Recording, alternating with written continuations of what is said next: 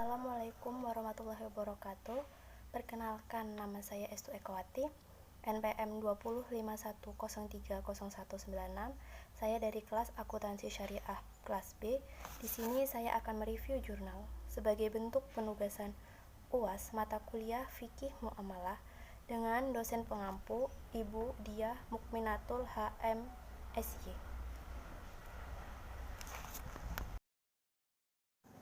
Baik, langsung saja di sini saya akan mereview jurnal yang berjudul Mahjur Alaih dan klasifikasinya.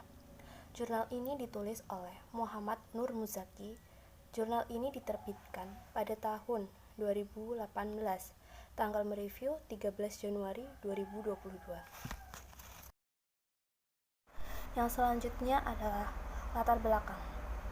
Seiring perkembangan zaman seperti sekarang ini, di mana zaman serba menggunakan teknologi online pada hampir semua bidang. Teknologi tersebut berkembang dengan sangat cepat dan memunculkan berbagai permasalahan sosial di sekitar kita, terutama dalam bidang fikih muamalah. Kita sebagai umat Islam harus lebih bisa dan lebih pandai menyelesaikan semua persoalan dengan benar sesuai dengan syariah Islam, khususnya dalam kehidupan bermasyarakat. Kita sebagai umat Islam harus mampu menguasai ilmu tentang fikih muamalah agar bisa menyelesaikan semua permasalahan sesuai dengan syariah Islam. Agama Islam sudah mengatur bagaimana manusia harus bersikap dalam pergaulan sosial agar tercipta masyarakat yang teratur sesuai dengan aturan-aturan Allah Subhanahu wa Ta'ala. Untuk mengatur manusia dalam kaitannya dengan urusan duniawi, pergaulan sosial, dan mengatur hubungan manusia dengan manusia lain dalam hidup ini adalah termasuk dalam kaitannya ilmu fikih muamalah. Harus diketahui oleh kita sebagai umat Islam. Salah satu hal yang harus kita ketahui dan dipahami dari fikih muamalah yaitu mahjur alaih. Mahjur alaih ini memang tidak sepopuler masalah fikih muamalah lain seperti bidang ekonomi, yaitu hukum transaksi, jual beli, dan perbankan syariah yang begitu ramai diperbincangkan akhir-akhir ini. Akan tetapi, masalah ini pun sangat penting untuk kita ketahui tentang bagaimana klasifikasi mahjur alaih dan bagaimana Islam menyelesaikan tentang persoalan ini. Dalam jurnal ini tentu saja terdapat rumusan masalah, dan rumusan masalah tersebut dapat kita temukan pada bagian abstrak. Rumusan tersebut yaitu yang pertama mengenai apa sih definisi dari mahjur alaih itu sendiri. Yang kedua mengenai klasifikasi mahjur, siapa saja sih yang termasuk dalam klasifikasi tersebut. Dan yang ketiga, apa dasar hukum dari mahjur alaih itu sendiri. Itu tadi adalah merupakan bentuk rumusan masalah yang dapat ditemukan pada bagian abstrak. Selain rumusan masalah, tentunya pada jurnal ini terdapat tujuan dari penelitian. Tujuan-tujuan tersebut yaitu yang pertama, untuk mengetahui lebih dalam apa itu mahjur alaih. Yang kedua, untuk mengetahui apa saja yang termasuk di dalam klasifikasi mahjur alaih. Dan yang terakhir atau yang ketiga, untuk mengetahui apa saja sih dasar hukum yang mengatur mahjur alaih. Setelah tadi dijelaskan mulai dari identitas, jurnal, latar belakang, rumusan masalah, serta tujuan, sekarang saatnya saya akan membahas hasil penelitiannya. Yang pertama yaitu dimulai dari definisi. Kata hajru, menurut bahasa artinya mencegah. Sedangkan menurut syara, ialah mencegah seseorang dari mengelola hartanya. Secara etimologi, hajar atau hijar ialah mencegah, menghalangi, atau mempersempit, sedangkan secara terminologi, hajar ialah membeku tasarruf seseorang atas hartanya karena sebab-sebab tertentu. Mahjur berasal dari kata al-hajar, hujaran atau hajara. Arti secara bahasa adalah al-man'u, terlarang, terdinding, tercegah, dan terhalang. Hajar menurut bahasa adalah mencegah, sedangkan menurut istilah adalah mencegah hak tasarruf dengan sebab-sebab tertentu. Melihat faktor yang melatar belakangnya, hajar terbagi menjadi dua kelompok, yaitu Kemaslahatan yang kembali kepada mahjur alai atau pihak yang tercegah tasharufnya. Yang B atau yang kedua, kemaslahatan yang kembali pada pihak lain. Menurut Idris Ahmad, yang dimaksud dengan mahjur menurut istilah adalah orang-orang yang terlarang mengendalikan harta bendanya disebabkan oleh beberapa hal yang terdapat pada dirinya yang mengeluarkan pengawasan. Dari beberapa pendapat di atas dapat diketahui bahwa yang dimaksud dengan mahjur adalah cegahan bagi seseorang untuk mengelola hartanya karena adanya hal-hal tertentu yang mengharuskan adanya pencegahan.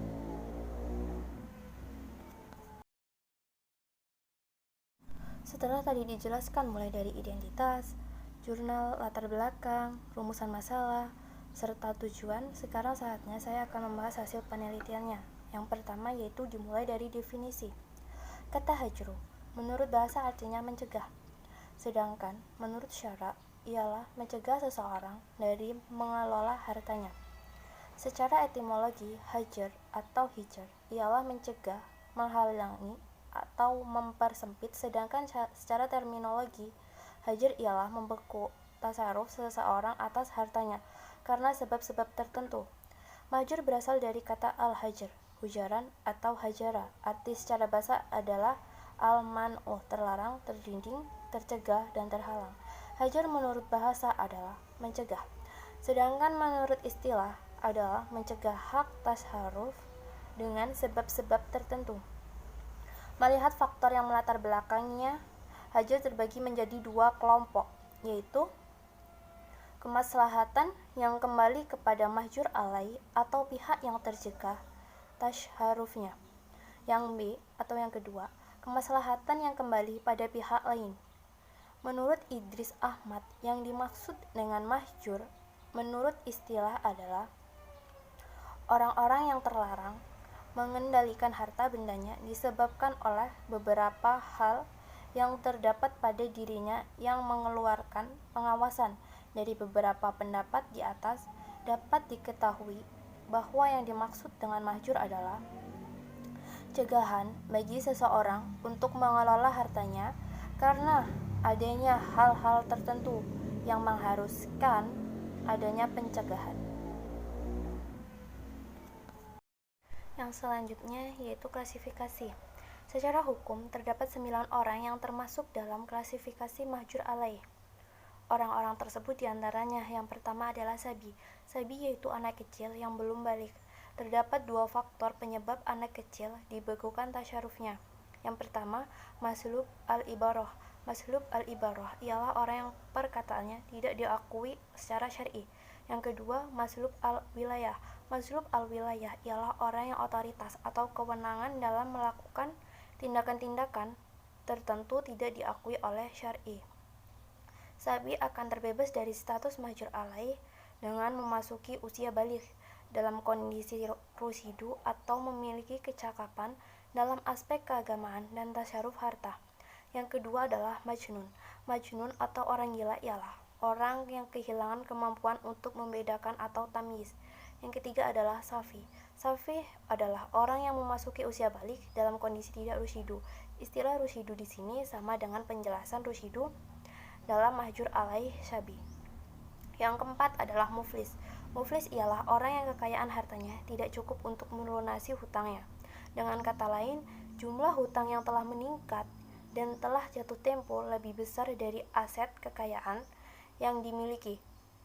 Yang kelima adalah marid makhuf. Marid makhuf adalah orang yang mengalami sakit parah yang secara medis berada pada level kritis yang berakhir dengan kematian. Secara hukum dianalogikan marid makhuf adalah orang yang berada di medan perang, di atas kapal laut yang sedang dilanda gelombang.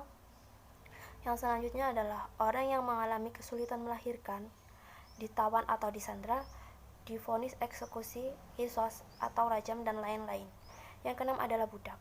Budak adalah orang yang berada di bawah kepemilikan orang lain, yang meliputi budak laki-laki atau abid dan budak wanita atau amat. Yang ketujuh adalah murtad. seorang muslim yang murtad, maka hukum aset kekayaannya terdapat 3 pendapat. Yang pertama, aset kekayaannya tetap menjadi milik murtad karena ada faktor atau sebab lain kecuali faktor yang menghalalkan darahnya. Yang kedua, aset kekayaannya menjadi hilang dari hak milik murtad dan menjadi harta fai, yakni harta yang menjadi hak milik umat Islam.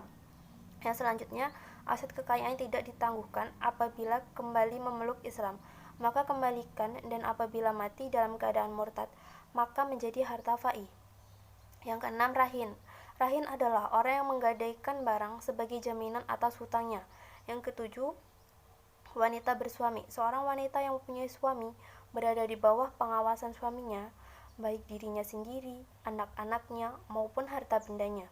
Oleh karena itu, wanita tidak berkuasa atau berwenang atas hartanya, kecuali harta yang dikhususkannya untuknya sendiri.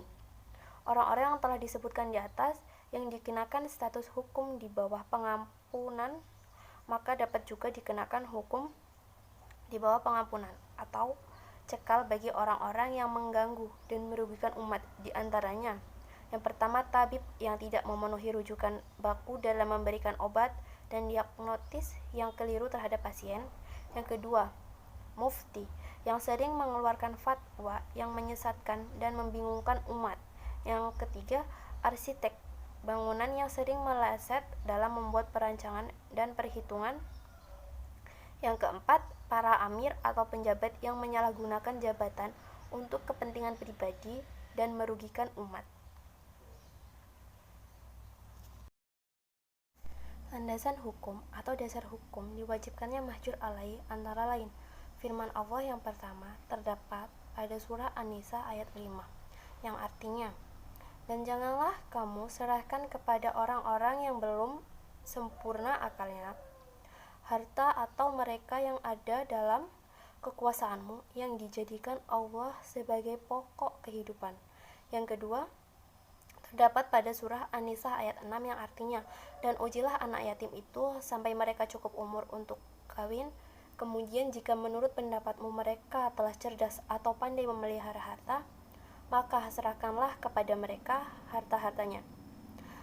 Yang ketiga, terdapat pada surah Al-Baqarah ayat 282 yang artinya, jika yang berkepentingan itu orang bodoh, lemah, dan tidak mampu mengatur kepentingannya, maka hendaklah diatur oleh walinya dengan adil. Yang selanjutnya adalah kesimpulan. Dalam kehidupan kita bermasyarakat, tentunya kita pernah temui permasalahan terkait hajar atau mahjur ini. Pasti di sekitar kita akan ada tentang masalah mahjur. Penulis bisa memastikan belum semua orang Islam telah mengetahui dan mengerti tentang fikih muamalah mengenai mahjur dan klasifikasinya. Penulis berpikir bahwa tentang mahjur ini pernah terjadi, tapi mungkin luput dari perhatian kita dikarenakan keterbatasan ilmu kita tentang masalah mahjur alaih. Akhirnya, persoalan tentang mahjur alaih ini terjadi pembiaran sehingga dalam menyelesaikannya keluar dari syariat Islam. Dengan telah dibahasnya persoalan fikih muamalah mengenai mahjur alaih dan klasifikasinya, maka penulis berharap masalah mahjur alaih ini lebih mendapat perhatian khusus dari pemerintah, khususnya Kementerian Agama, agar lebih bisa disosialisasikan kepada masyarakat, khususnya umat Islam yang merupakan mayoritas penduduk di Indonesia, agar tidak terjadi penyelewengan oleh pihak-pihak yang ingin mengambil keuntungan dari persoalan tentang mahjur alaih dan klasifikasinya. Keberadaan badan atau lembaga yang berwenang untuk memutuskan status mahjur alaih ini sangat dibutuhkan, agar harta yang termasuk mahjur alaih bisa diamankan untuk kemudian dikembalikan kepada pemiliknya setelah dinyatakan secara hukum Islam layak kembali untuk mengelola hartanya. Semoga pemerintah dapat memberi perhatian lebih untuk persoalan ini dengan membuat payung hukum untuk melindungi rakyatnya, khususnya umat Islam, agar kita ketika muncul persoalan mahjur ini segera dapat bisa diatasi dengan baik sesuai ajaran Islam yang menjadi tuntunan untuk kita sebagai umat Islam. Sekian yang dapat saya sampaikan, kurang dan lebihnya saya mohon maaf, dan kepada Allah saya mohon ampun. Terima kasih. Wassalamualaikum warahmatullahi wabarakatuh.